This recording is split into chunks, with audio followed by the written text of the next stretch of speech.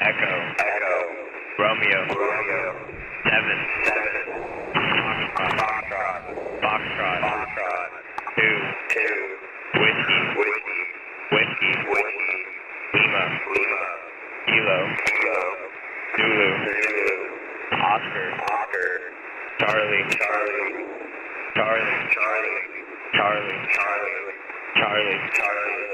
Chtr, 5, Lima, Golf, Victor, Oscar, Tango, Oscar, 5, Zulu, Quebec, Victor, Hotel, 4, Charlie, Kilo, Hotel, Lima,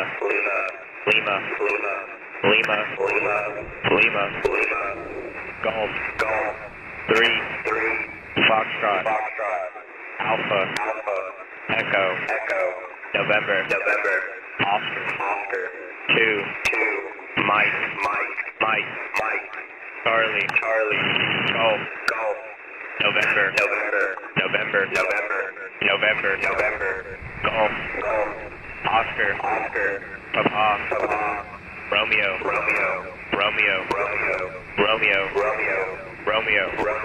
Foxtrot, Mike, Whiskey, Zulu, Yankee, Tango, Papa, Delta, Papa, Delta, 7, 3, Bravo,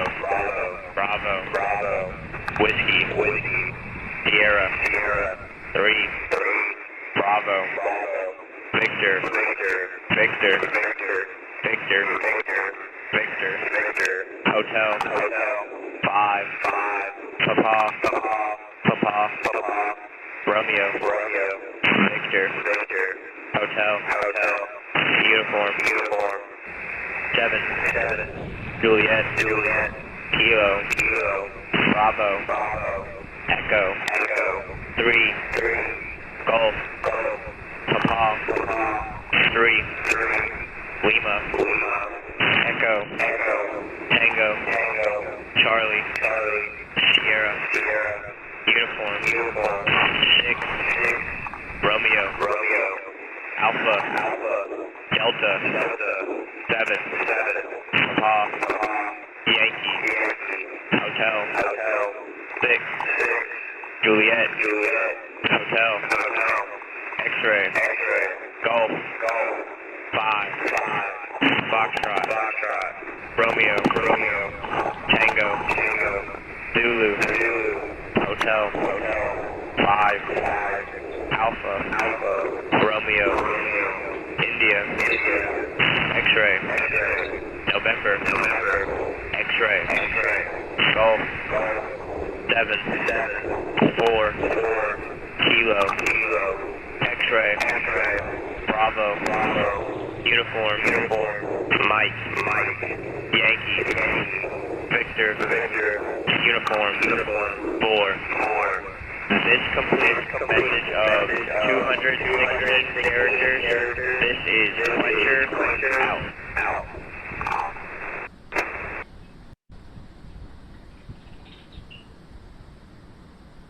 All right, folks. Yes, that is a long one.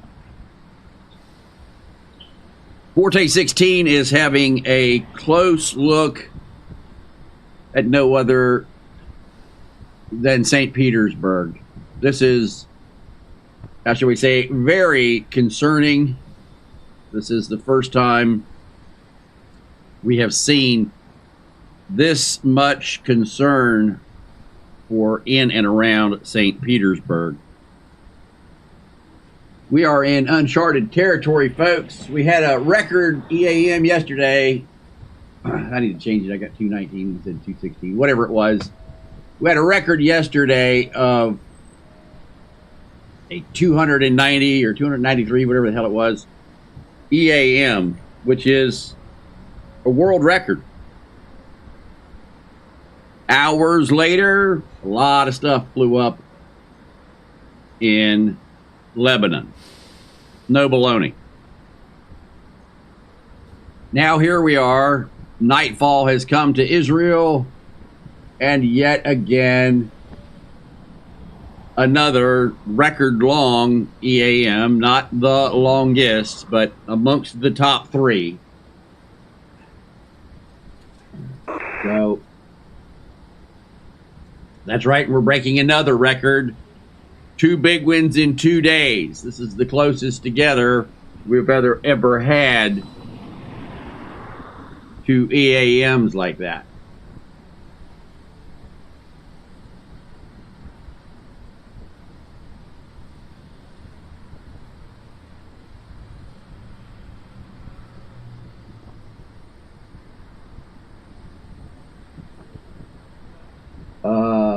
No 76. We don't think it's like that at all.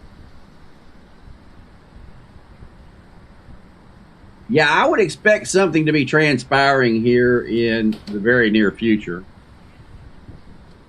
So we've come live on YouTube as a public service announcement.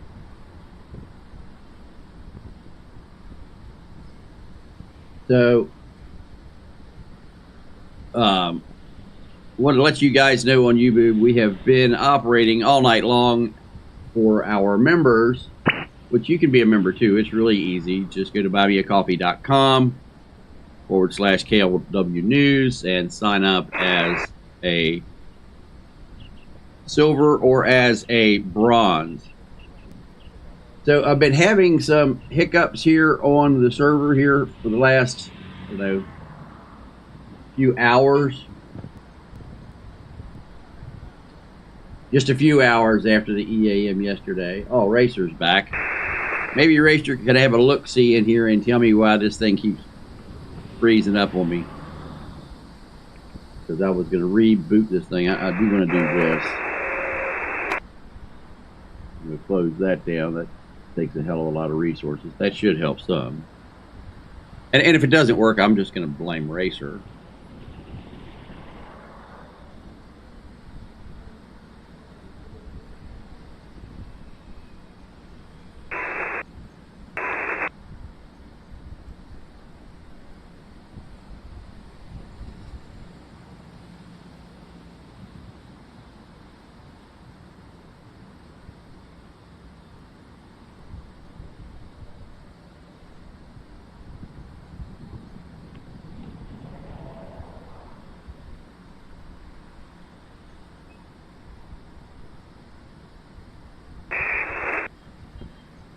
We'll give you a new link when we start it. We're going to do a public stream here for a little bit. This is, again, part of our public service announcements. That's why we are on YouTube. If you want the link to the War Watch, then you can get that on the Coffee Club when we start it. So what I'm going to do is, we don't do DEF CON. And I doubt it.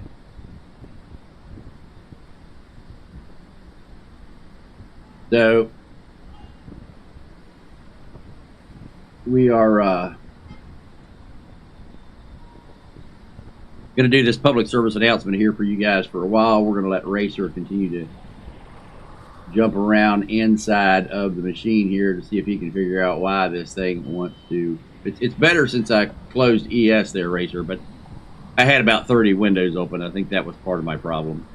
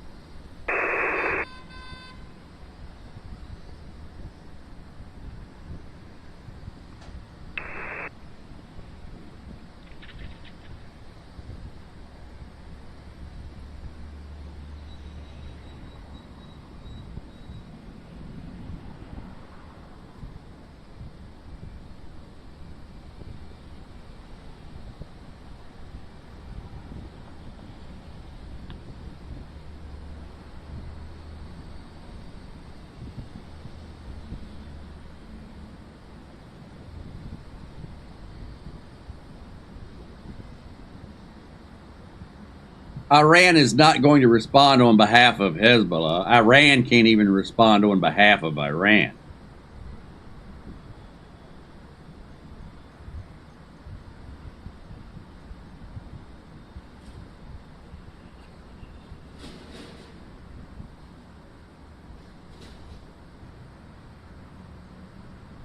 Bum bum bum bum bum Iran. Bum bum bum bum bum Iran.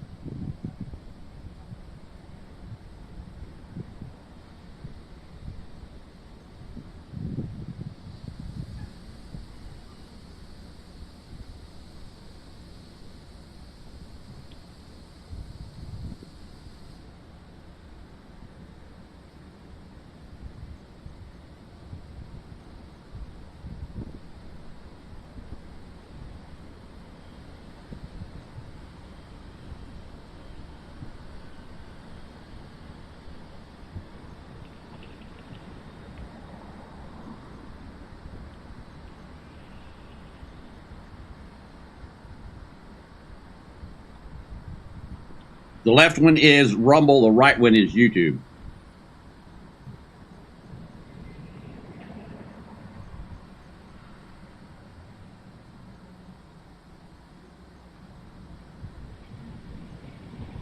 The one that has the flight radar map on the left screen in studio is Rumble. The one that has the quad on the left screen is YouTube.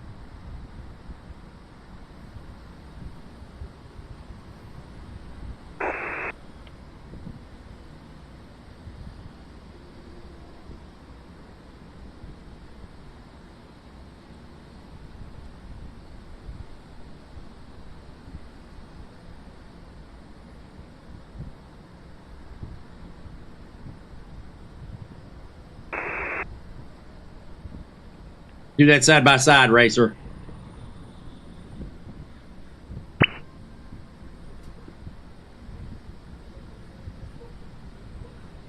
No, just do them blind. It's too small that way. It needs to be in a one straight line, just like 24 hours, but stretch it all the way across there.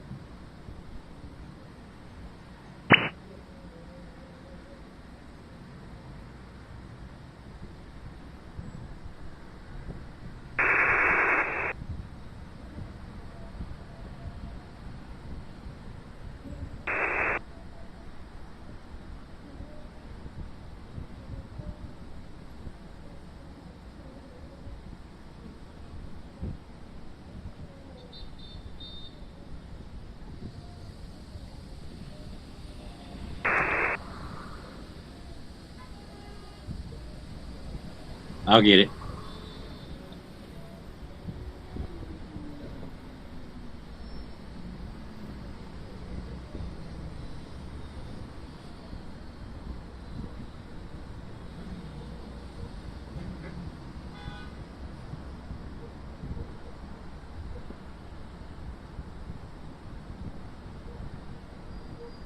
All you.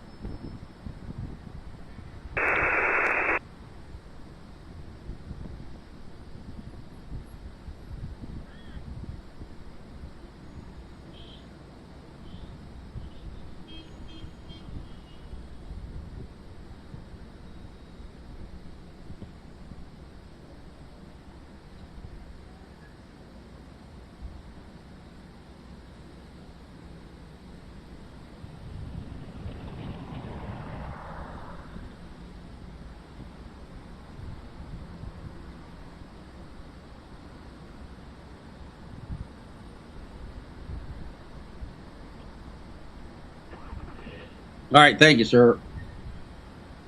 We'll see which one of them it keeps. When we shut down, because the one on the left, the second one is a little higher than the first one, so we'll see which one it keeps when it reboots, because we're going to reboot here shortly.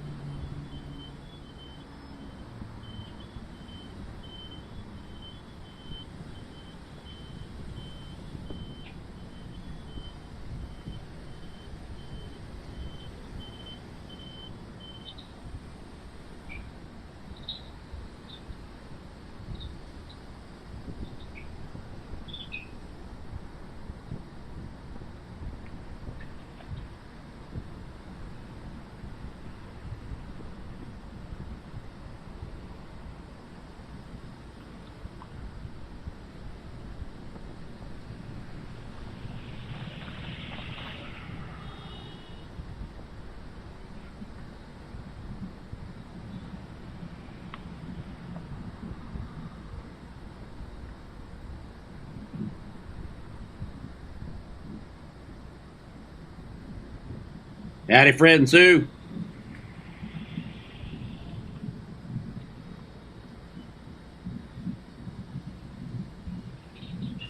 No, the Russian drones over Polish nuclear power plants is not BS. They were there. In fact, Forte 16 is flying around over the North Sea to have a look-see at that. That's the purpose for Forte 16 continuing to fly back and forth over the North Sea.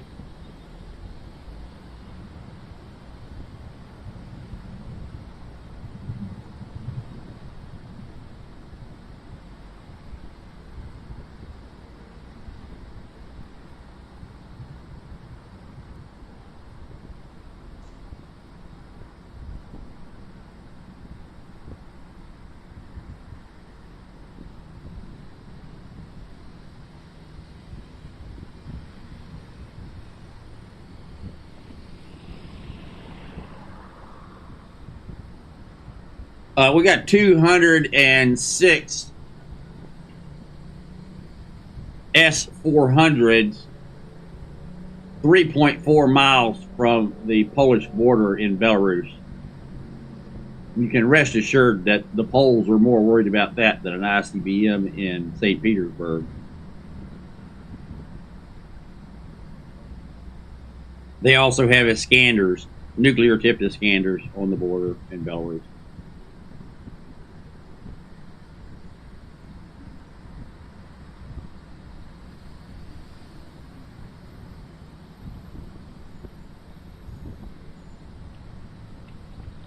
Brian, what flight did you find now, buddy?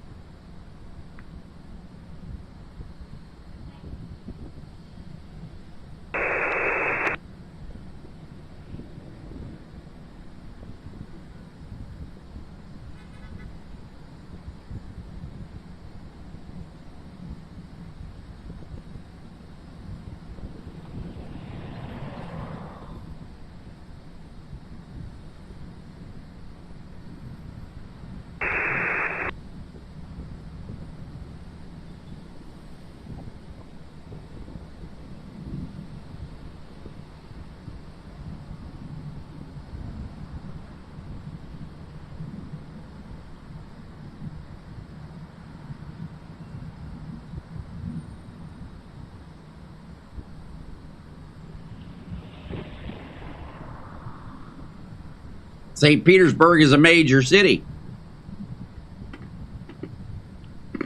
If you're going to have a world war, you need to attack the major cities.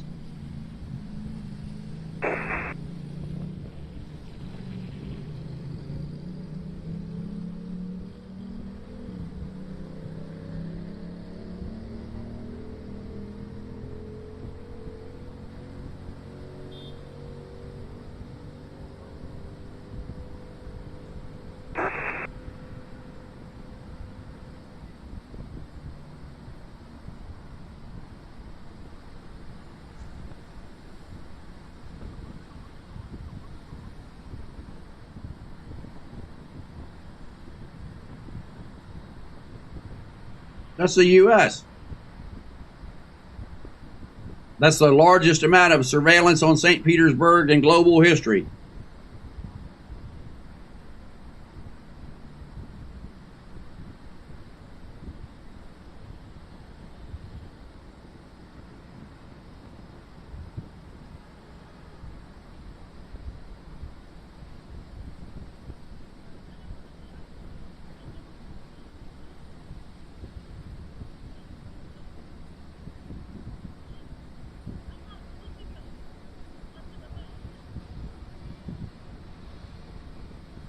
John Aaron, what are you talking about?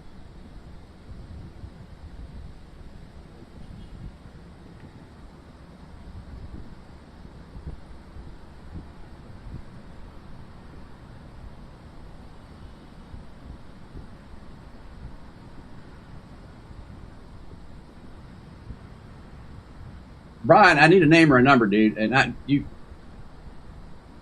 gotta give me something. You can't just say 30 nautical miles northwest. Northwest of what?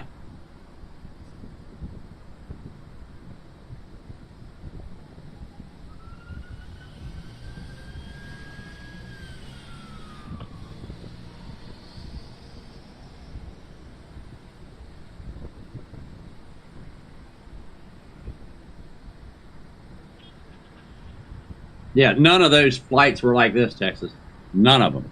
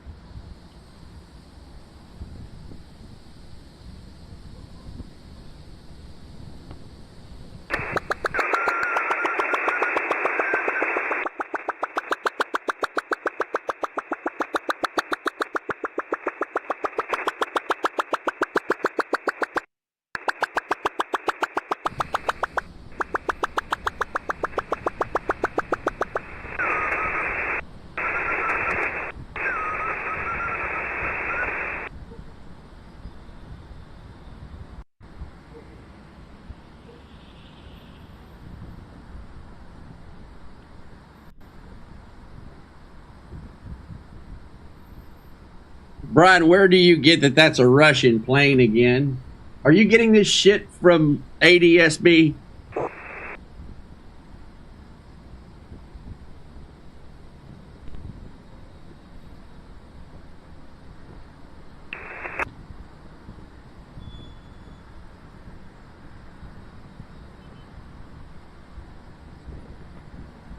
Oh my God. Yeah, get off of ADSB, dude. It is a shit source. Please. You're driving me nuts with bringing me bullshit. If you don't find it on Flight Radar or some other source, don't bring it here, because ADSB is junk.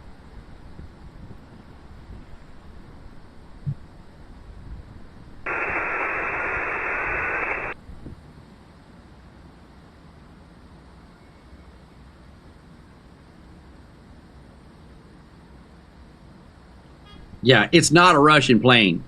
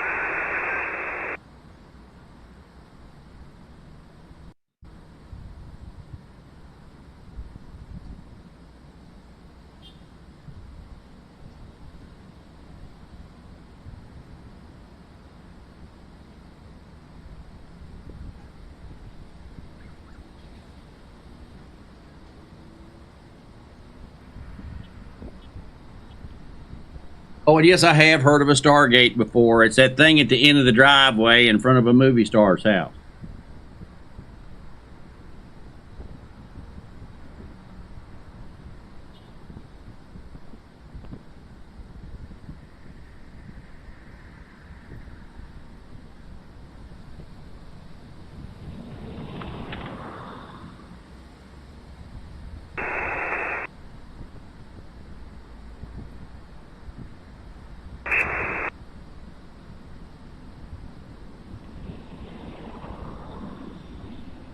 There's a bunch of them out around Hollywood and Beverly Hills. You wouldn't believe it.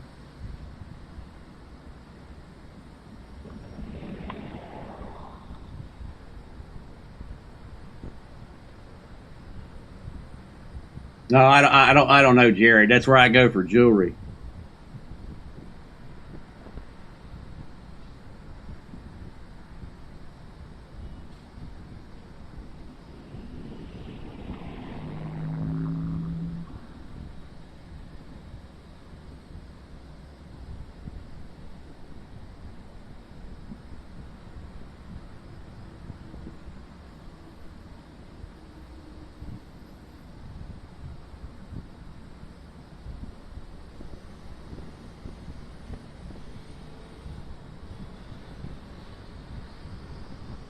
And when it comes to Stargates, I do not dispute it. I merely state that it is wrong.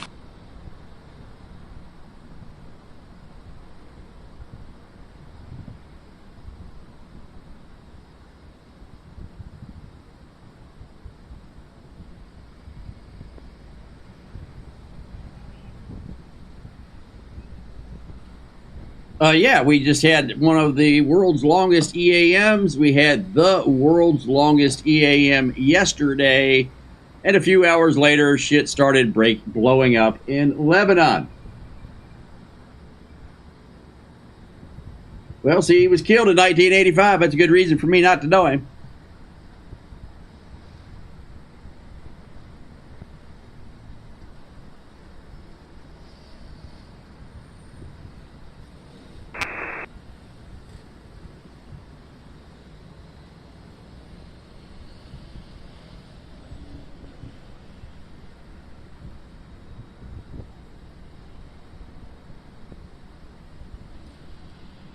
Right. Country of origin is NA.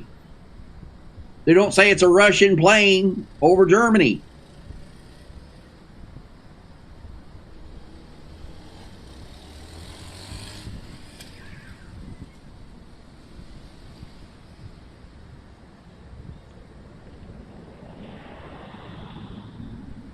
Hey, John, go somewhere else and smoke your crack, buddy. What are you people? On dope?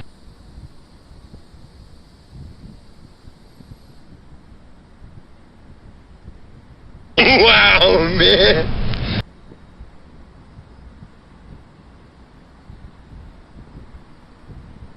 Because they have a crap database is why, Brian.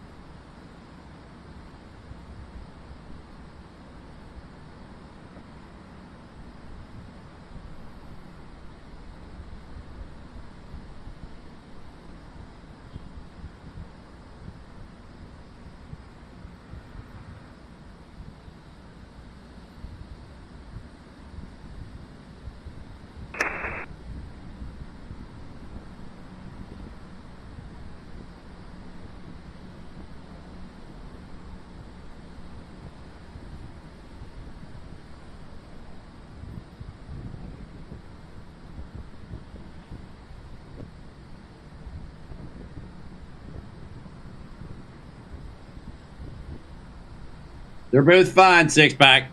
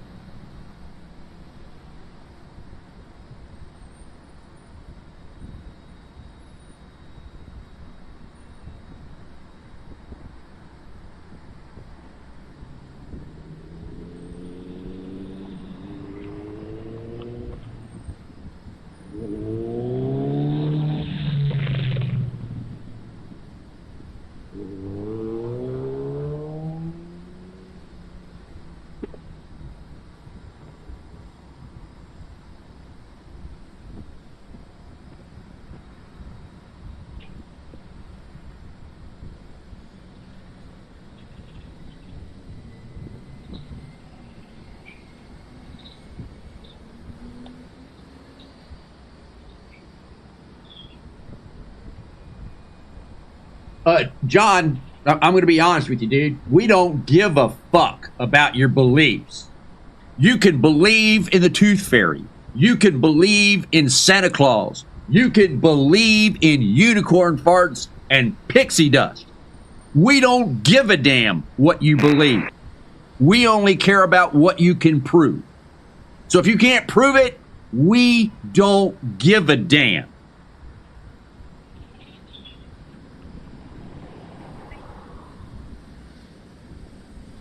If you want to do a sci-fi channel or go somewhere that people have no idea what the fuck they're talking about, there's all kinds of places you can go and do that. You have entered a room full of world authorities and experts. This is not some YouTube chat. This is Lee Wilbarger here to give you an education on what the truth is. We do real news in real time with no bullshit. And to believe that there's a Stargate and you can travel interdimensionally and you can go forward and backward in time is, I quote, bullshit. You cannot travel through time. And anybody that thinks that you can move forward in time or backward in time or manipulate time doesn't know a damn thing about time.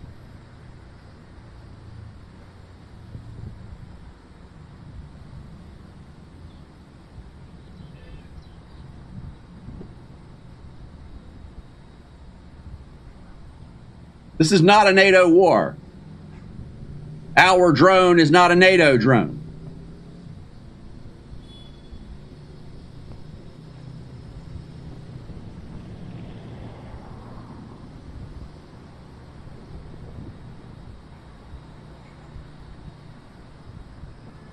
There seems to be no sign of intelligent life anywhere.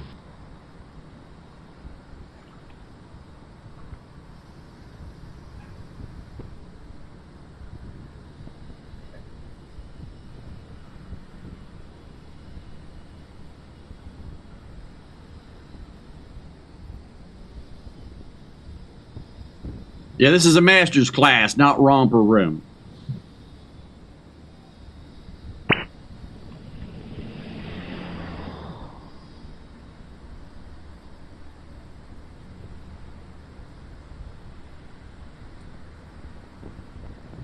We appreciate you being here, Owen.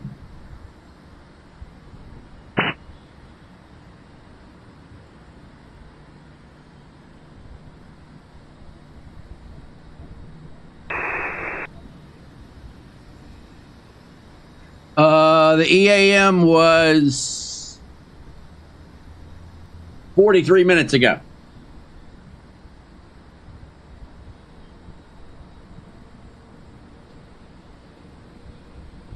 You can love the truth. You can love the show. That's fine, but it's a lie.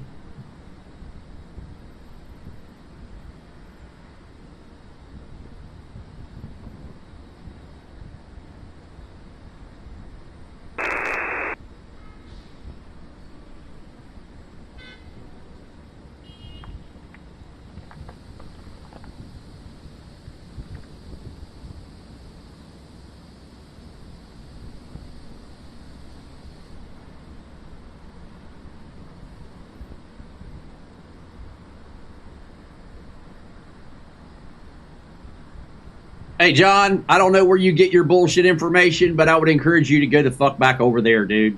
Really would.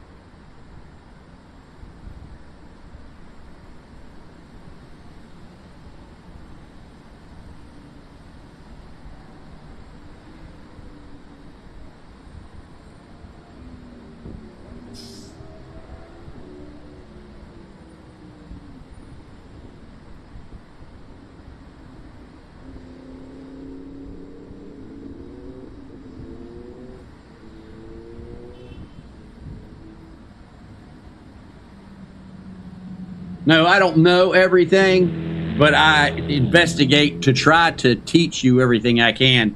That is the truth. I'll be the first to tell you I don't know everything. Nobody knows everything.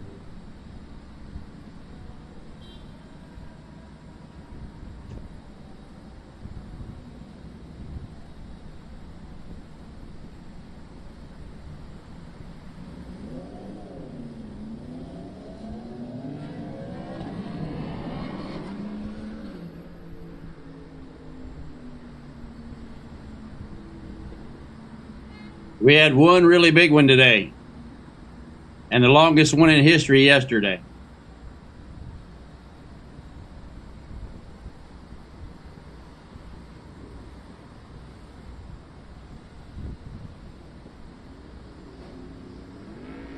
No, Ward, flat earthers are not the result of a government experiment. Flat earthers are the result of stupidity. You have to have a lot of stupidity before you can get a flat earther.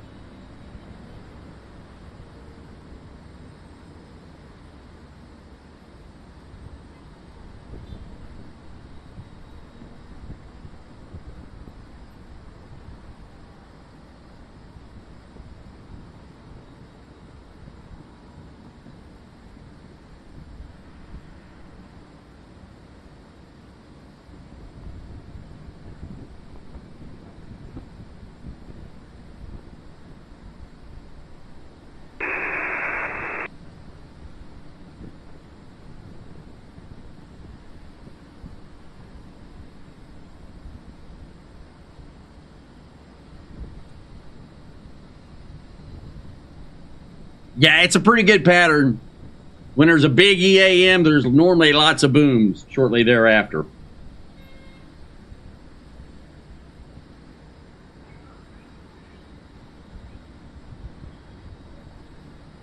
What I loved was when I went to the Flat Earth website and they said we have members all over the globe.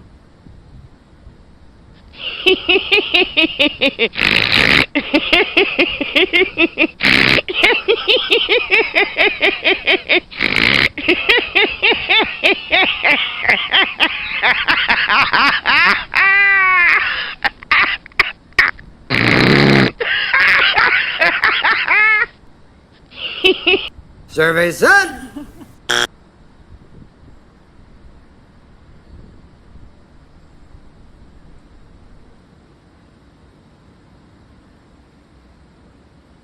I think they're BS.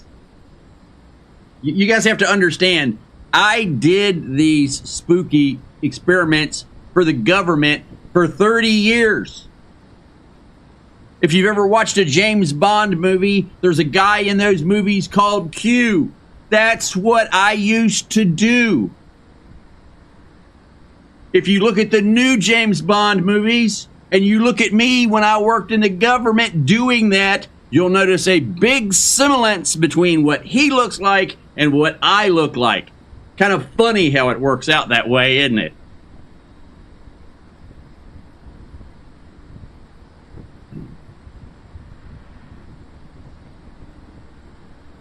A 6-pack, it's normally at least 2 hours, as many as 12. Element 115 was known about long before Bizarre Lazar lied about it.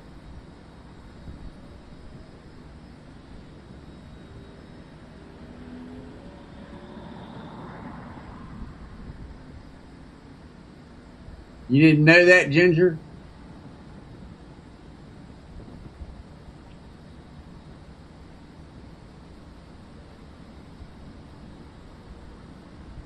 You guys really didn't know that. He's a liar, Brian.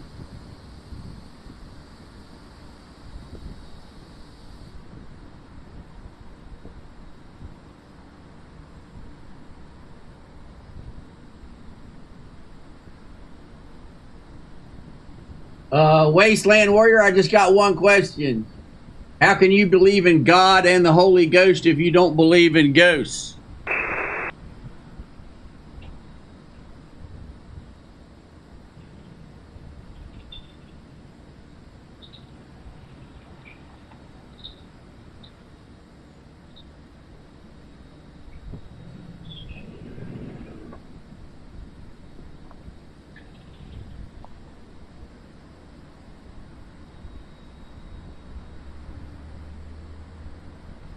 So you don't believe in the Holy Ghost, which is one that has been shot multiple times, or rats or moths got to their ghost outfit. But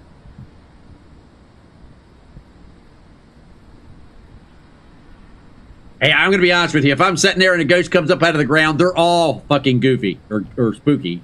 I'm telling you, they're all spooky. When you've never seen one before, they're all spooky.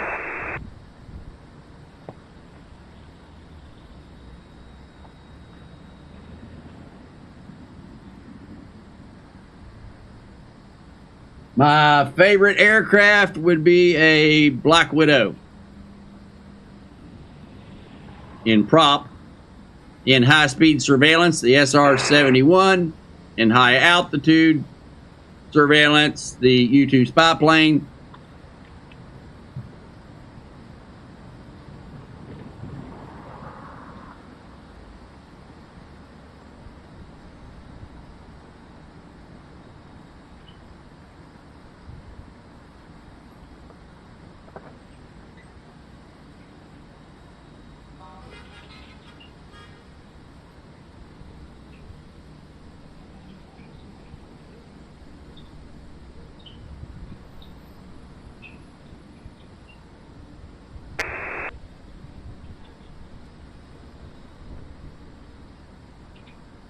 Lazar's full of shit.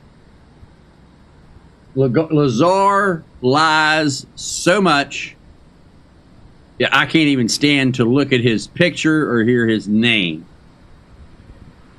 Bob Lazar is nothing more than a liar. In fact, Bob Lazar lies so much he can't even remember the lies he has told. If you look at Bob Lazar's story from day one to now, it gets over sensationalized from day one till now and contradicts itself multiple times through his story. Bob Lazar is bizarre and is full of shit. That's why I call him Bizarre Lazar.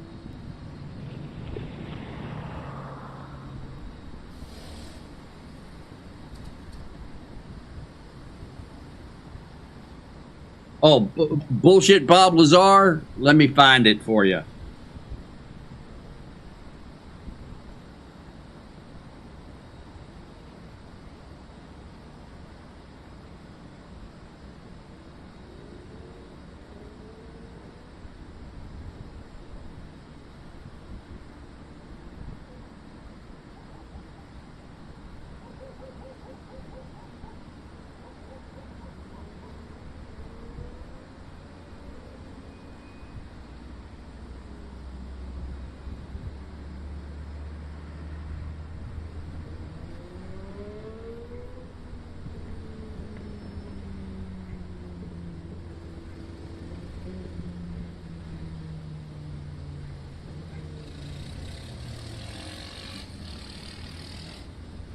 An extra one. Cool, that works. We have 6, and I don't know what it is. Yeah, 6. It's 6 and a bonus. The bonus is I've talked myself into a corner and I don't know what to do. Is that bonus? Did anybody watch that first video of him, like the first interview he did? I think the most fascinating part about that is the lycanthropy zoological study on that, because that guy with the, what's his name, Bob Knapp or something? Oh, yeah. Well, I think they caught him as they were filming him halfway between his transition from human to werewolf. It looks like Wolfman Jack or something, right? Yeah, it's like his nephew or something. Yep. Like he is to Wolfman Jack what Mark is to Ozzy Osbourne. All right, here we go. I'm Scott Rouse. I'm a body language expert and analyst. I train law enforcement in the military in interrogation and body language, and I'm also a trial consultant. Chase? Hey, I'm Chase Hughes. I've written a best-selling book on behavioral profiling. I teach behavioral profiling, enhanced influence, intelligence operations, and psychological warfare. I'm also a trial consultant here in the United States. Excellent. Greg? Greg Hartley. I'm a former Army interrogator, interrogation instructor, resistance to interrogation instructor. I've written a bunch of books on body language and behavior, and I spend most of my time in corporate America and on Wall Street. Awesome. Mark?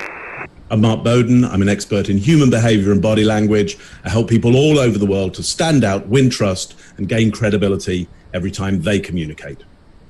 Excellent. Well, today we're going to talk about Bob Lazar.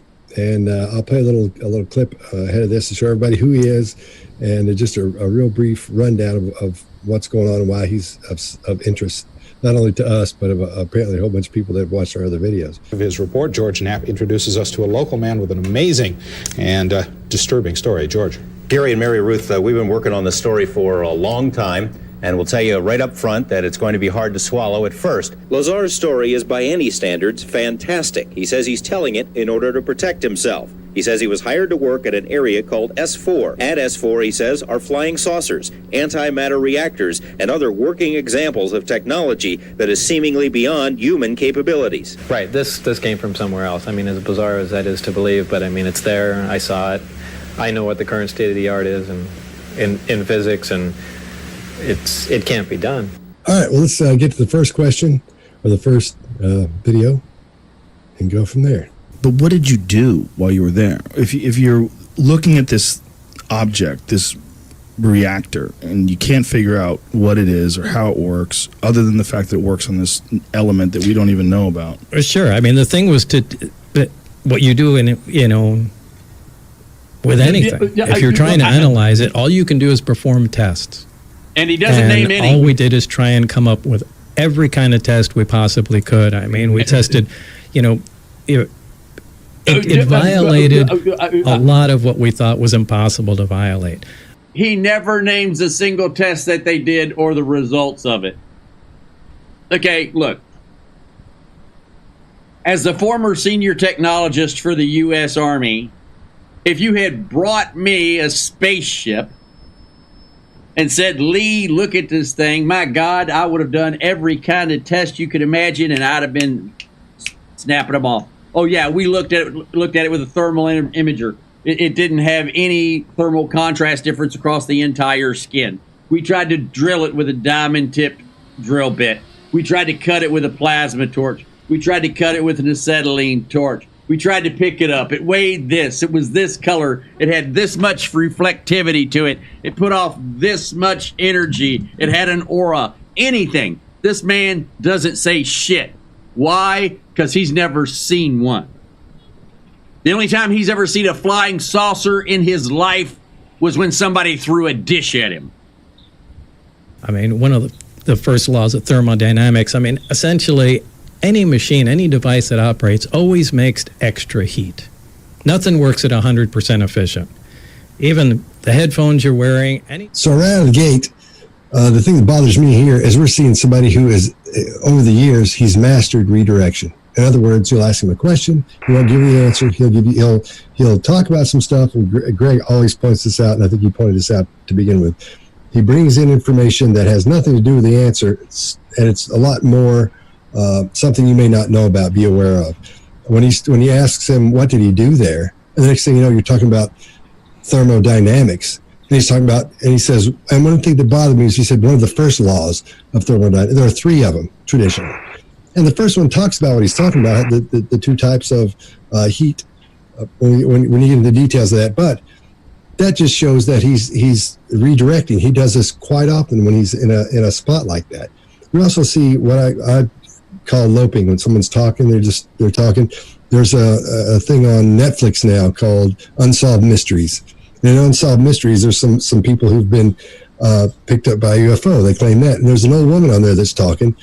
And if she's not telling the truth, it freaks me out, because that's the most honest-looking UFO story I've ever heard in my life. And hers is what does, yeah. And hers is what she talks. It's loping when you see that, when you hear her talking. So that's what really bothers me with that. We see him do mercy hands, which is a lot of times you'll see him do this in frame, but when he's down like this, you'll see his thumbs turn. And mercy hands are when you hold your hands up and say, have mercy. You got to, God, please believe me. You've got to have mercy on me. Believe me. So we're seeing a little bit of that as well. We see it a couple of times throughout these things we'll be looking at. And then what else have I got? Yeah, I think that's good. Greg, what do you got? Yeah, so I'm already starting to work on eye baselining here. Now, here's the interesting piece. He's told this story so many times. He's doing rote eye movement. So if I tell you a story a million times, I'm going to my base. I can tell you by watching enough of him, he's a right eye recall. So when his eyes are moving to his right, he's doing recall. By the way, about 90% of the population goes the opposite direction for some kind of recall. And all of his is rote. It's all auditory. If you guys remember me telling you, you can't have a cover story because everything is auditory and binary and there are no visual cues. No visual cues here, if you notice. It's all in the same place where it's auditory or visual. He gets asked a question, what did you do? Good job, Joe Rogan, by the way. Not many people ask hard questions. Great He was questions. great. And, okay, now I'm going to be Greg and talk like Greg for a minute. If you ask me what I do, I'd say physicist shit if I couldn't come up with a better answer. But he didn't come up with a better answer. I would say tested magnetism, tested electricity, tested heat, you could list any one of a number of things that a physicist would talk about. Instead, he goes, and he starts to move into what I call, Scott, you hit it dead on, redirect, but I call it chaff and redirect, because he just starts to puke information until he gets to a common denominator and sees that you understand it. And then when he gets down to that level, then he redirects. And it's an age-old thing. Once I get something that's factual that you believe, I can thread a lead that will cause you to pick up the next question. That starts me down the path of really starting to pay attention to his eyes and those pieces. And I'll loop back to this later in the show, because I want you to pay attention to what he's doing to you when he's telling the story. Excellent. Chase, what do you got? So we saw the redirect, and he doesn't really answer the question. And a rule for you guys watching, if you ever redirect a story, make it really interesting. Because if it's interesting, it'll be great. And it's a lot easier to get the story across or get the answer out if it's interesting, which his was. I was riveted by this, learning about this alien machine. One thing you said, Scott, when his hands are like this, you said mercy hands. Mm-hmm. I think in that instance, he was trying to say that this is impossible. And I think his hands were open just to express, like, I have no idea what's going on here. And maybe just kind of a surrender, palm exposure kind of a thing. And one thing we see him do, Joe Rogan asked a question, what did you do? That's right. He starts with the pronoun, well, you have to do this. And when you see something like this, you have to investigate it. And he immediately makes a shift to we. I don't think one time in that segment that we just watched that he mentions himself. He stammers before he says anything. What did you do? This is the pivotal moment in this guy's life, but he can't think of what he did for a good 7 seconds. And the key, one of the keys here for Joe Rogan is he doesn't say anything. He's like we're always wishing they would just shut up. He's not trying to talk every 5 seconds. He didn't get, so he just waits for that answer and he just keeps puking the whole time. Anyway, sorry about that, Chase. Very true. Yeah. And there's so many classes out there that teach deception detection that don't teach you how to ask questions, which really pisses me off. Because you can be like all of us watching body language. There's not a whole, I'll be the first one to say it. In this statement we just watched, there's not a whole lot of deception. There's maybe some memorization, which could be a truthful story, but he's made sure that he's got everything straight. But deception really comes out when we can do things on our side to raise the stakes, increase the anxiety about lying to us, and we're doing other things to question tiny parts of the story where he doesn't know whether or not we know the answer to something or not, like a bait question, which we've talked about in a previous video. So Chase, I'll push back just one little bit here. When you say there's no deception, I think there's deception, but I don't think it's the classic kind where you try to lie your way out of something. I think it's he's trying to come up with an answer and he doesn't, and then he redirects. And redirecting to me is deception. Right. I would say that's deception. I didn't say there's no deception. I said there's not a whole lot, because I typically look for a cluster or a group of several indicators that absolutely, I would absolutely say that is an indicator of deception, but there's not a whole lot to stack up here. But so there is a likelihood that there is some deception here for sure. Excellent. Mark? Yeah, so great job by Joe Rogan there, but Bob Lazar is quite masterful at this. It's pretty well practiced at this. Here's what I see him doing, and it's the kind of stuff I'd train people to do. We do have those open palm gestures. which are used to go, you can believe me, I'm being honest with you because I've got no tools, no weapons, nothing in my hands. I'm a low-risk person to be around. So he's already starting this piece around, I'm low risk, you can trust me, essentially. Now, here's what he does. He goes big, violating the first law of thermodynamics. If all you can do is perform tests on something that violates one of the pivotal laws of universal physics, then all bets are off from now on. Like nothing can now conform to our usual idea about anything. And it means that anything down the road that I might want to poke at and provoke at, my mind is now, it's got nothing to latch onto anymore. And that's either true or false. Either we do have something in the universe that does not comply to the universal laws, or it's not true, but if we buy into it's true, it means we can't poke at the story anymore. It's a great opening gambit on this, and it's masterful, I would say. Excellent. I'll tell you one more thing that bothers me about this is when he's talking about the first law, or the first laws of thermodynamics. Like I said before, there are only three. If he's supposed to be such an awesome physicist, he wouldn't say one of the first, because there's only three. You're going to say number 1, 2, or 3. Those are the traditional ones. There are a couple more. That's the part that bugs me a lot there. And then Chase, I agree with you on your part where you're saying it's impossible. But if you'll watch, you'll see the hands go down. See if I can do it. You see those hands turn right over in there as well. Watch that again if you get a chance, or when we flip around, and you'll see how that's the part I was talking about. And I will say that I have some bias here. I want there to be aliens. Me too. Me too. Discover some stuff. I want some guy who gets elected president, he's going to read through these files and be like, holy crap, I've got to tell everybody. That's one of the first things I would do. Maybe one of the reasons I'm not president. But that'd be the first thing I'd do. I'd be like, all right, come on, meeting in my office, bring me all the alien crap, bring it all in here. So, I watched the movie Interstellar. I cried so many times during this movie. I was really into that stuff, and I want there to be aliens. So me watching this, I've got to admit my bias. I want to believe him. Look, I want there to be something else, because it means they've cooperated to be this smart to get here. We seem to not be able to cooperate about.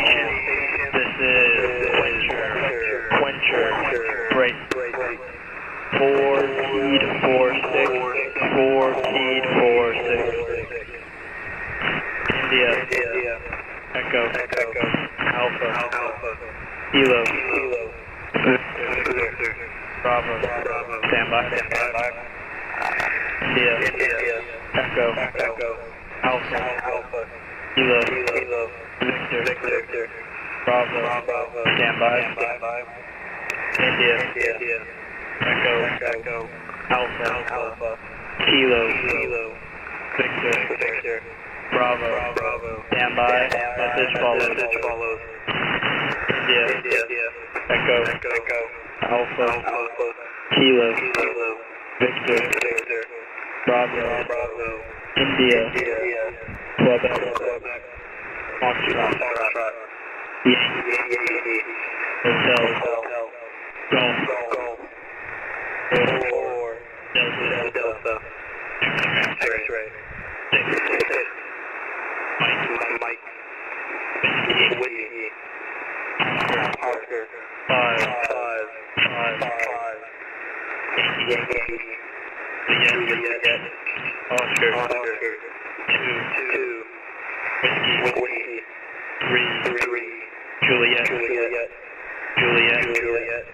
Bravo. I say again. 4-46.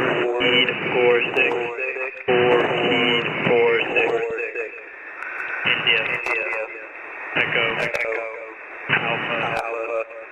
Kilo. Victor. Bravo.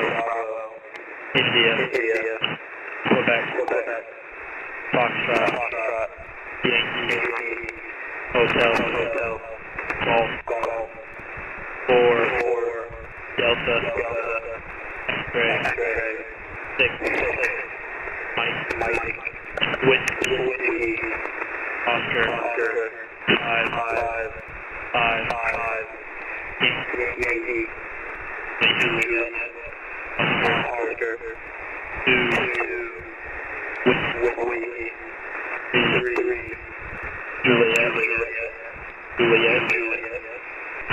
Bravo. This is Chtr out.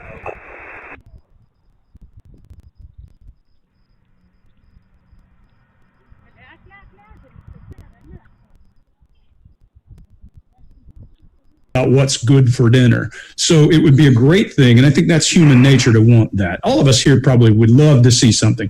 Now, there are things that I believe there are UFOs? Yeah, the Navy has got some great footage of things that we can't explain. That doesn't mean that I have to believe his story to believe that story. That's a piece that we need to keep separate as we go through this. Right? Yeah. But what did you do while you were there? If you're looking at this object, this reactor, and you can't figure out what it is or how it works, other than the fact that it works on this element that we don't even know about. Sure. I mean, the thing was what you do in, with anything. If you're trying to analyze it, all you can do is perform tests. And all we did is try and come up with every kind of test we possibly could. I mean, we tested, it violated a lot of what we thought was impossible to violate. I mean, one of the first laws of thermodynamics, I mean, essentially any machine, any device that operates always makes extra heat. Nothing works at 100% efficient. Even the headphones you're wearing, anything. All right, everybody good? Yeah. Let's move on. Now, you said there's 9 of them, and you got a brief glimpse at the other ones. How were they different? Oh, they looked completely different. One looked like I called a Jell-O mold, and it looked like a classic Jell-O mold with the rippled sides to it. One was a very flat disc, like like a straw hat or something like that.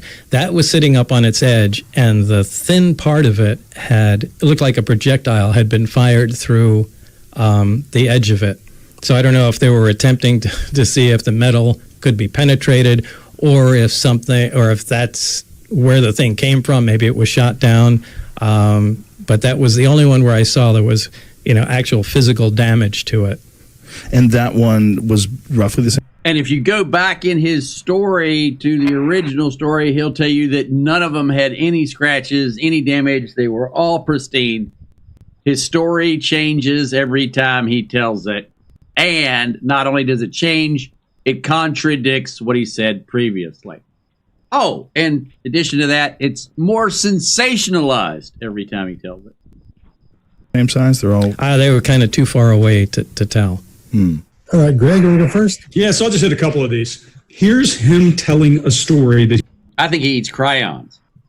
He's doing rote. Remember, I told you, and you're going to see in later video, I'm going to see him making up details when he first starts the story, and he's up visual cues in the left side of his head and all that. Here it's all rote. It's all to his right in the center, right in what I typically refer to as the sound processing portion of your face between your brow ridge and your cheekbone, somewhere in there. And he's accessing, he'll rote, he'll come back, he may make eye contact. He knows this story inside out. He's been telling this for 30 years. He's the Susan Lucci of the UFO world. I mean, he's been doing the same role for so long, he's got it down. And so he's giving these details. There's a couple interesting pieces here. When he's asked, is there any damage? Yes, there's one that has a 4 or 5 inch hole that's sitting up on its side. There's a little bit of a disconnect here between his facts for me. If I know how big the hole is, and I'm a physicist, I can pretty damn well tell you how big the craft is, if that makes sense to you. I don't care how far away I am from it. I can extrapolate, hey, it's this big and it's 1/50th of this. But he says it's 52 feet, and then he goes on to talk about how he knows what size these things are. But here he is dancing around the topics. He's ready for the questions they're going to answer, and he's just hitting rote. Bump, bump, bump. That's important because I want you to pay attention to, he's always, we talk about baseline, he's always recalling to his right, always. You may ask him a probing question. He may go down to his left as he's having internal conversation. Nothing is ever up here. Nothing. Nothing is ever any place but here or straight on.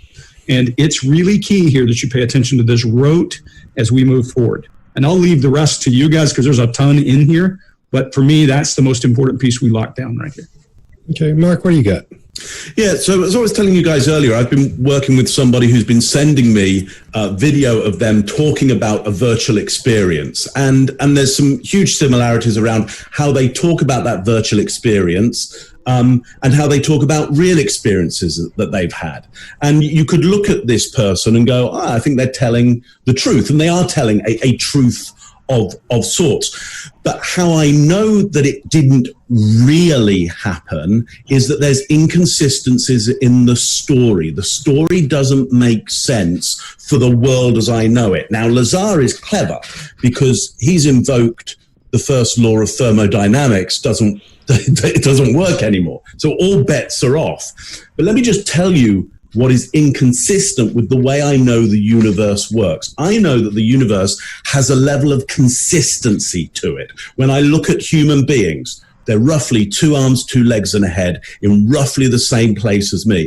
When I'm spotting aeroplanes, and I've seen some craft which are pretty new and pretty exciting, they've got wings. And they got a tail, and there's stuff there. And Chase, I know you were in the Navy.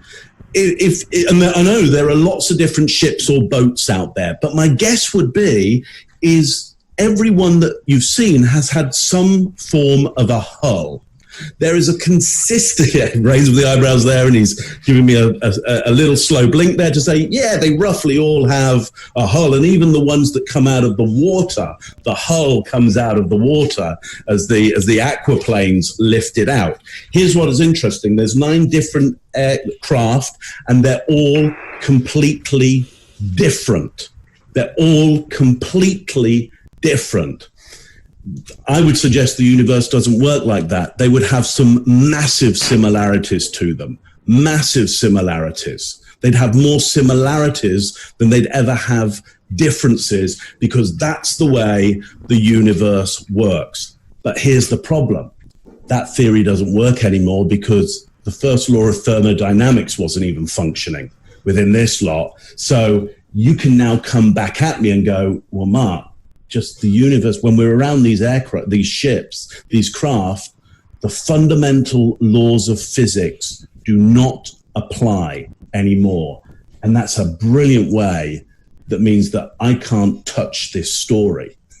I can't nudge this story. I can't find the inconsistency in it because the fundamental laws aren't there. And if I was trying to get somebody to be unable to crack my story, the first thing I'd do is hit a fundamental law and keep taking them back to that to say normal rules don't apply on this one. Anyway, that's my end on that one. Wow, that's good. Chase, what do you got? I look for truth signals. So on here, let's start with that. The way that he is using his rote memory, as Greg said, and granted, I think Greg, for all 4 of us, and probably thousands of our listeners, has sold us, and just even us, and we're experts in the field. I've been sold more than I ever have been before on the eye movement thing. So we're seeing him go to home on a regular basis. He's just looking that direction. But the use of what I call body narration, where he's narrating the story and he's talking about the craft and the circles in it and using his eyes and looking at his hands, which is important for body narration. So somebody's describing something and their hands are just doing this and they say, oh, it was massive, versus someone looking at it, it's just this massive space and their eyes and hands move together. He has that, which is a pretty solid truth signal. One of the things that we see that might be deceptive here, in agreement with both of you guys, that he's invoked this thing. It is completely different. All these crafts were completely different. In another video, he says they were slightly different. In the video he did back in the 80s, he describes them a little bit differently. And that's kind of all we're seeing here. We're seeing eyes and body move together in unison, which is a good truth signal. But we're also seeing, if he was doing some kind of a visual recall of what these things look like, his eyes probably wouldn't move to the exact same direction that he remembers getting a phone call. Guys, just to give you an example, all of you watching, you've watched one more of our videos. Think of the first time you saw us, which direction were each of us in, and where were we on the panel? Just think for a minute of that. Think of Prince Andrew. Think of the thing that you remember most about him. And watch your eyes dance around in your head. They're going to move to a visual accessing cue. Mark, you just did it. Your eyes moved up. You moved up into the visual cortex. Can't go into the back of your head, so they start looking up to try to find space. Guys, this is human behavior. It's why we know when a story is full of it. Excellent. All right, well, you guys covered pretty much everything. What I'll do is, and I want to say this about when we're giving people tips, we're saying, here's what's happening here. For example, the other day when Chase said, here's some tips on whatever it was he was saying.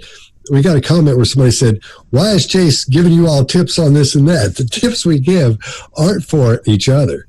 Right. We do this so we can teach people how to do what we're doing, so they can see things pop out when we talk about. They'll see those and understand what they are. So we say, here's a tip on this, or like what Greg just did, but you prefaced it with it's for everybody that's watching, or for the person watching. That's what we're doing. So when one of us says, here's a tip, it's for you. It's not for us. But we are learning from each other. Yeah, I'll take all the help I can get. Same here. We learn from each other for sure. I learned something in every. What's good about using 4 people? We all approach this from a different angle, and it keeps us from doing something that is just and. I think we will find things that are different. So I think that's an important point, though, Scott. This is for you, not for us. Yeah, exactly. Because here are a couple of tips. Let's talk about illustrators for a minute. Illustrators are the gestures you make with your hand, with your eyebrows, with your body when your brain is trying to emphasize specific words and phrases. Like I just did just say, specific words and phrases.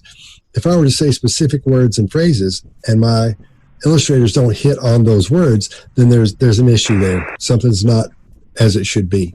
So that's what we're seeing here when he's describing the damage that's done on the ship, or on the craft, as he calls it. So we see that, and then his illustrators, most of them are right on the money, but those that aren't start dealing around the damage. And he also, when he talks about the damage, he pushes it away as he's talking about it too. He starts his illustrators up here and works his way down, but then it looks like he's pushing them away, as some people would say, he's pushing away the false, the deception. Whether you believe that or not, I don't know. But so that's what we're seeing there, and that's what sort of bugs me about that is seeing that. And so I'm not. So it lets me know if I were to see someone tell me that, if I was in an interrogation situation, I would know. It wouldn't mean they're lying or telling the truth. I would just know they're unsure about that information. Scott, I work in business as much as anything. And when I'm sitting across the table from someone and I hear them throw a word away, I want to know their commitment. I'll probe and say, hey, why don't you throw that away? Or what do you really mean by that? Because you're right. It doesn't have to be an interrogation. We all do this in the real world too. I've had people ask me, well, isn't the real world different from interrogation? No, it's not. Actually, it is much more useful in the real world than when I'm sitting across from you and looking scary.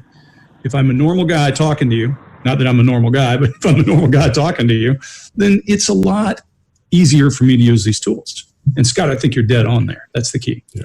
All right. Thanks. Now, you said there's 9 of them, and you got a brief glimpse at the other ones. How were they different? Oh, they looked completely different. One looked like I called a Jell-O mold, and it looked like a classic Jell-O mold with the rippled sides to it. One was a very flat disc, like like a straw hat or something like that. That was sitting up on its edge, and the thin part of it looked like a projectile had been fired through the edge of it. So I don't know if they were attempting to see if the metal could be penetrated, or if that's where the thing came from. Maybe it was shot down. But that was the only one where I saw there was, actual physical damage to it. And that one was roughly the same size? They're all... they were kind of too far away to tell. All right. Everybody good?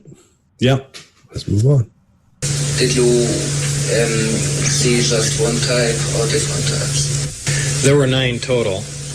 I only got to essentially work, back engineer, or analyze one of the craft. But there was a separate hangar for each of the crafts, and each one was essentially different in its visual appearance. Did anybody tell you where the U.S. Navy intelligence got the craft from? No. No, not at all. That's a lot of people have speculated about it, that they were either shot down or they crashed, but the craft seem undamaged, so I doubt either of those would be correct. This is the Spanish Inquisition. So we see something here that I think is, I'll give you the truthful part first. Back in this video, he's doing this, I haven't calculated the number of years. A couple of decades prior, 20 years some odd prior to his appearance on Joe Rogan. Same story, different words. That speaks to truth. Same story, same words is more likely to be a rehearsed story. The deceptive part that I see in this interview, if someone looks away, not just with their eyes, but with their skull, so we see eyes and skull looking together, as they're looking away, they're retrieving some data or experiencing some kind of feeling, that's when they'll start talking.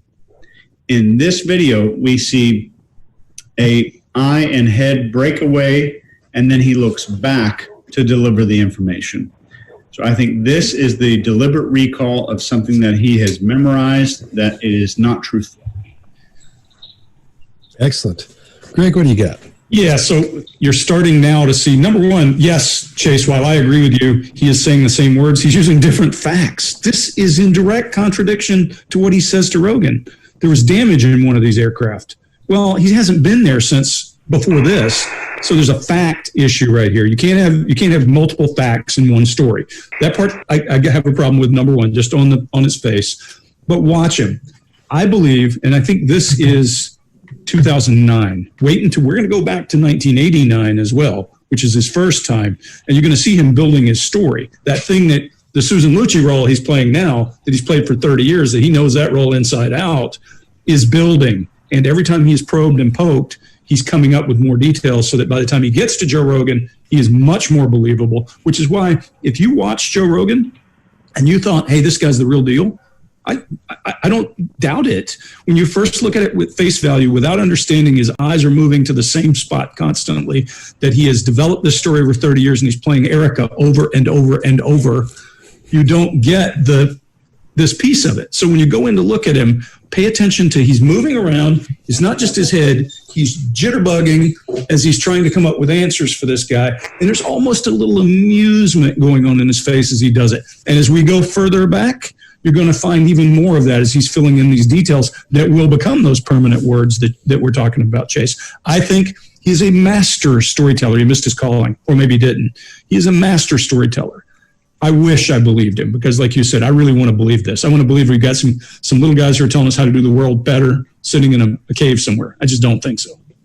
Yeah, that's great. The thing about the moving around the chair, and he's nodding every time he starts talking about the 9 ships and all that, he's giving that confirmation of, yeah, and he's dead-eyeing this guy. And he's also wiggling around his chair as he's doing it. So it shows he's a little bit nervous about it, but at the same time trying to make sure he sells it well. You know, that's all I've got. You guys have covered everything. Mark, what do you got? Yeah, so one of the things you might want to do if you're looking for somebody and that they may be nervous around deceit is put them in a chair that moves easily, because you will find they'll start swinging on that thing, they'll tip it around, they'll do all kinds of stuff. If you've given them furniture where they can lock themselves in really hard, they'll be looking more calm and assertive. In this one, we don't get the super calm and assertive, modern Bob Lazar. We got a mid-period Bob Lazar here, the artist known as, and he's doing a great job. But we've got some of those vocal tics coming in, which again it gives him time to come up with his story. He's still making a sound. It clears the throat there because it's getting a bit dry. He's under stress and pressure. So and look out for that rhythm as well. Think about Scott's idea there of the loping. It's got a rhythm. It's got a smooth gallop to it. It suddenly gets very sticky in areas around this. Now we do see it in some of the stuff with Joe Rogan, he does hit that again. And what he does, and again, this is a beautiful technique that you must pay attention to. What he does is he starts to say that he's got a migraine. When he gets off his story, he starts to say, I've got a migraine. And he's already prepared this because he's told everybody in the studio and his partner there that there's a migraine going on. It's very like Uri Geller used to do. Uri Geller, if it was going wrong for him, would say, I don't feel strong tonight. I don't feel strong. And migraines, though we do know a lot about why they exist and how you get them, it's one of those things you can't touch. You can't go, come on, man, it's just a migraine. Like, come on, pull yourself together. It's just a migraine. The moment somebody says, I've got a migraine, we all, back off and go, okay, well, all bets are off then. Yeah, absolutely. You're in the military. Yeah. Greg, don't interrogate me now. I've got a migraine. Can you, take it easy on me? Yeah, of course, you'd still go for it. But anyway, I just wanted to bring that up in that he's using the mid-period. He's doing pretty well, certainly a lot better than we see in the early period, where we will start to see the mouth really moving about all over the place. But check in with some of that Joe Rogan stuff to see where he starts to invoke the idea of, I'm not in good physical or mental shape right now. And that's why you might feel there's some inconsistency in my ideas. That's my take on it. Brilliant. Excellent. Yeah, and I know that Chase and Greg will agree with me on this because in interrogation training, when you talk about when someone's sitting, Mark hit it right on the nail on the head. The dream situation for someone, their sitting situation, is a chair that swivels with wheels on it. I mean, that'd be wonderful. It was like if we made that the law, because you learn so much from that. And a lot of times if I get to do a lot of financial things. And so in those rooms, they've got those really nice chairs, and you sit there and talk to them. They're wiggling all over the place, and that leg gets to going. Oh, it's beautiful. So yeah, Mark, you nailed that. Did you see just one type or different types? There were 9 total. I only got to essentially work, back engineer, or analyze one of the craft. But there was a separate hangar for each of the crafts, and each one was essentially different in its visual appearance. Did anybody tell you where the U.S. Navy intelligence got the craft from? No, not at all. That's a lot of people have speculated about it, that they were either shot down or they crashed, but the craft seem undamaged, so I doubt either of those would be correct. Is everybody good? Yep. Yeah. Let's move on. One of the 9 flying discs he says he saw at the base, which was designated S4, looks exactly like this UFO photographed in Europe. Lazar called it the sport model. I gave everything simple names. There's the top hat one, and the Jello mold, and the sport model operated without any hitches at all. I mean, it looked new. If I know what a new flying saucer looks like. One of them looked like it was hit with some sort of projectile. It had a large hole in the bottom and a large hole in the top with the metal bent out, like some sort of large caliber 4 or 5 inch projectile had gone through it. Okay. Well, right here, I know you guys got a ton of stuff about this one, but he didn't, when he talks about the specifics of the hole, remember on the Joe Rogan one, he talks about how this ship is on its edge and how you can see he doesn't do this number because he says it came from the bottom and went up. Then he would have said from the side this way. So that tells me that's an inconsistency there. Again, I want to believe this cat's telling the truth, but this shows me deception in the comparative view of the past and the present. Talking about that, and he uses his hands to create that picture. And like as Chase was saying before, that's so important because he's building. I don't know if he's looking at him. I didn't notice that, but he's creating that picture in your mind, so you'll have that as he tells the story. That's why he's a good storyteller as well, Greg, because as he tells the story, he builds it and he starts making pictures for you. again, when we're building pitches for entrepreneurs, one of the things you do is you want to build a picture they can take out of their head and then go home and pop it in their wife's head or their husband's head, because they're going to say, what did you do? What happened today? You're going to invest in whatever it was? And I'm thinking about it. Yeah, why? Because if you're going to put $300,000 or $1.2 million in that thing, you got to be able to explain that to your person. Just, you got to be able to nail it. So they go, it sounds good to me, because you're not pitching to the husband or the wife or the other person. You're pitching to that person, and you've got to give him something to take home, and that's what he's doing. He's giving us some things to take home and think about later. When you think about that whole, not this, but in the other one, it should have been that way, if that makes sense. All right, Chase, what do you got? I agree.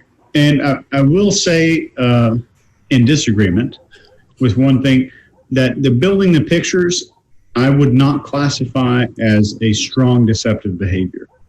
I speak like that naturally. You know, I write fiction. So when I talk about stories, I want you in it. So if I'm telling you about some cool party, I'm telling you about the towing the kids on the boat in the tube, I'm gonna try to get you in there as much as I can. I'm gonna talk about the wake and all the boats out there on the lake on the 4th of July. All that's going to be in there.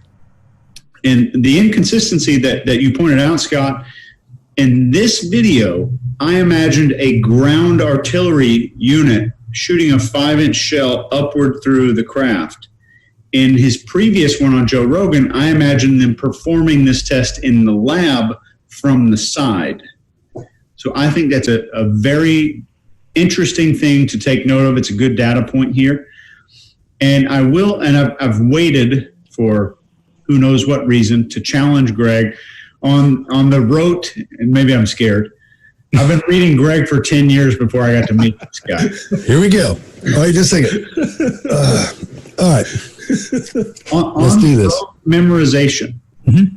I think there is a possibility that this guy, as brilliant as he is, I think he may be on the spectrum. Wait till the next video.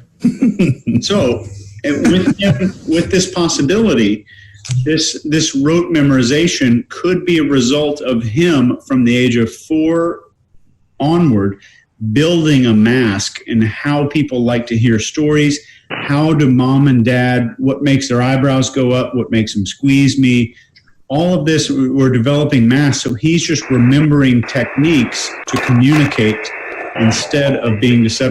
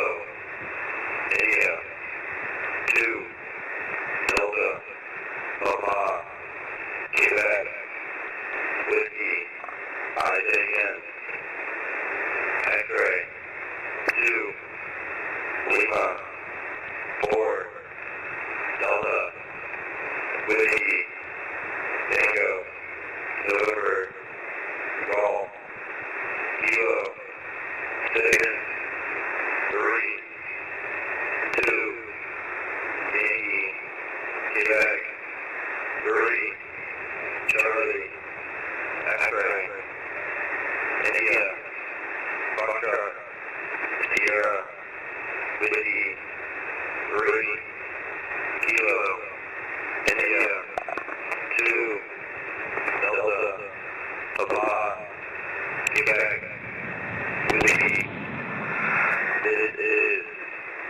Chtr out. All right, folks. So we are over our time on. That's actually a short one. The long one was earlier. We're over our time. So what we're going to do is we're going to end this stream on YouTube. We're going to end this stream on Rumble. I'm going to shut down, reboot, try to resolve this glitching issue that I'm having here very quickly. And then we're going to come back on our other YouTube channel. And let me get that up here for you because that's a different one that you're probably not used to, but we'll get it here for you. So we're going to come back on this one. We're going to end the stream here altogether.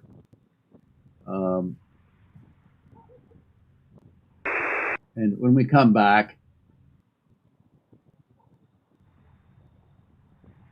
we're going to come back here. Let me give you the link here. This is where we're going to come back. When we come back, we will be on this channel right here. So you're going to have to give me about 2 or 3 minutes to shut down and reboot. That's the channel we're going to be on. I'm also going to put that into the Rumble here for all of our Rumble members. We're going to be on that YouTube channel right there.